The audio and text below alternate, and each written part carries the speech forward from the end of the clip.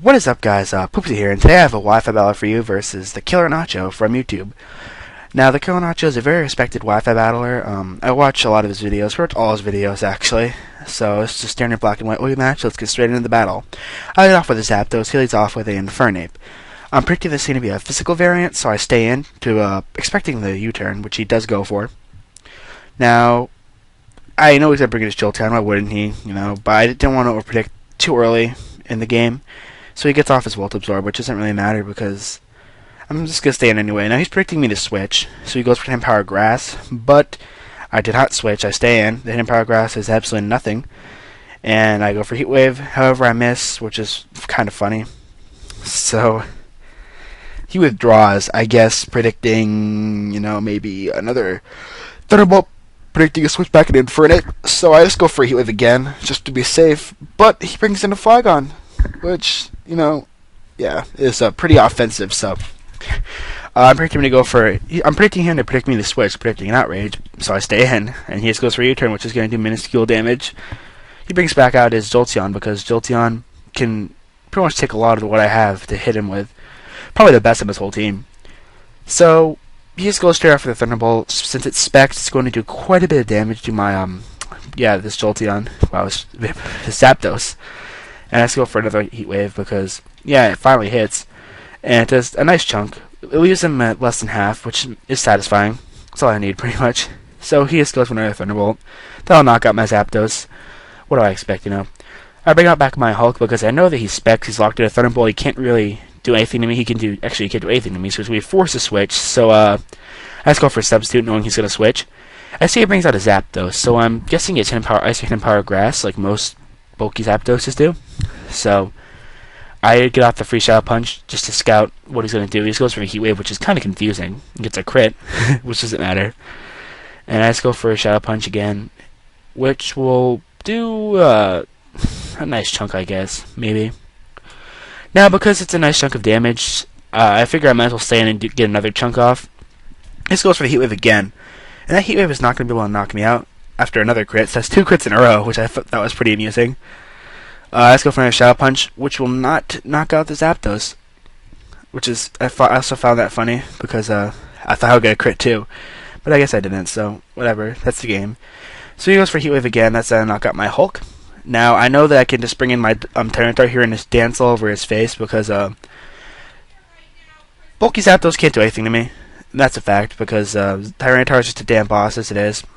And I just go for a Dragon Dance, predicting him to go for something like a Thunder Wave, because I actually have a Thunder Wave on one of my Zapdoses. So he does have a Thunder Wave, which is hilarious, because you'll see why. I'm not a typical leftovers. I'm Lumberry. It actually worked out in this situation too, which I thought was hilarious. Now I'm at +1 speed, +1 attack. I figure Crunch will be able to knock out the Zapdos at this point because of Tyranitar's massive attack plus the +1. And it does. So the Zapdos goes down. I bring out my he brings out his Infernape. Now I know this thing's banded, or either banded or scarfed, so I have to bring out my Donphan here to take the fighting attack, which happens to be a Mach Punch. That was good on my part because Donphan doesn't take anything from that, and I pretty much get a free attack on anything. Now he goes into my Lodic predicting the Earthquake, and my Lodic is probably the best thing to take the Earthquake on his whole team. Simply because this Donphan isn't a typical set at all. It's pretty much SO because of the item and the EVs and the moves. You'll see later in the match why I'm talking about that. So I stay in and scout if he has recover or not, which he does, which is not good because I hate my Lodics, especially hate facing him because it seems like I never am able to kill one no matter what I have to hit it with. So I just go for another Earthquake because it's damage. Especially with a Life Orb, it's nice damage. Now, I can't sit here all day and just go for Earthquakes, so I'm going to switch, predicting him to go for a Scald. So I bring out my Scizor, which I know can easily live after one Scald, and he does, which is very nice. So here I forget, I make a noobish play, I forget about Dragon Tail, so I stay in here and go for a Swords Dance, which doesn't work out for me at all because, he's pretty much just going to Dragon Tail me out no matter what I do. So I go for the Swords Dance. Get my +2, which is completely in vain because he's just going to go, Dragon Tail just knock me out. I can't do anything. I'm just pretty much just swept out, phased away. I get phased back into my Tyranitar, which is probably the best thing I could get phased back into because he cannot 2-KO me with anything because of the Sandstorm special defense boost. So I just go for another Dragon Dance, actually my first Dragon Dance, because I figure, after +1 crunch wheel to knock him out. He goes for Scald. That's not going to 2-KO me. I found that was really awesome because now I can hopefully attempt to get off somewhat of a sweep. So I go for Earthquake, predicting the switch into Infernape, predicting the crunch, but he stays in, which is not good because crunch would have taken him out. So he just goes for another Scald, burns me. Doesn't, I don't care if he burned me or not because you'll see later in the match. I keep on saying that. A crunch will be able to knock him out is what I'm trying to say. So I'll go for the crunch, and that will be enough to take out the Milotic at this point, which has made me happy. I always love killing Milotics because they're so freaking hard to take out. It's ridiculous. He goes back into his Flagon. I can't do anything about it. He's Scarfed. He's just going to go for the Scarfed U-turn, which is good for me because now I have switch advantage here. I can see what he brings out first, while he doesn't see what I bring out. So he brings out his Infernape, which is a nice thing to know. Actually, bring out my, I believe, Donphan here, yes. Now, he can't OHKO me with anything because he's physical, so he just goes straight for the U-turn. And since it's banded, it's going to do about a little bit less than 100 damage to me. So, yeah, out comes this Notori. Now, Notori is a very good physical wall, so that's why he probably went into it. He probably doesn't think I have anything to hurt it, right? Oh, well, he is horribly mistaken, guys. You'll see, next turn.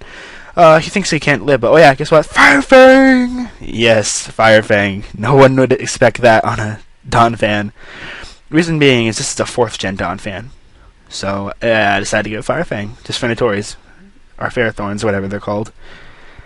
Now he goes back on his Flagon, which is a misclick, which I'm really sorry about that, Nacho. I mean, he dies with the Ice Shard, so that was really lame. Sorry. Like, if you went into Infernape there, it could have been a bit different, but I don't know. I still died of the recoil from Life Orb, so yeah, you did good job, Donphan. You're the VIP of this match. So he goes back on his Infernape, and I bring out back my Scizor.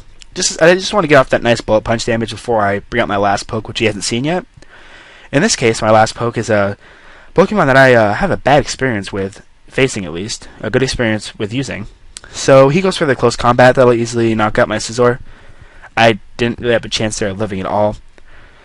Now the Infernape is taking, Sandstorm damage, which is great because I can bring out this thing, Excadrill.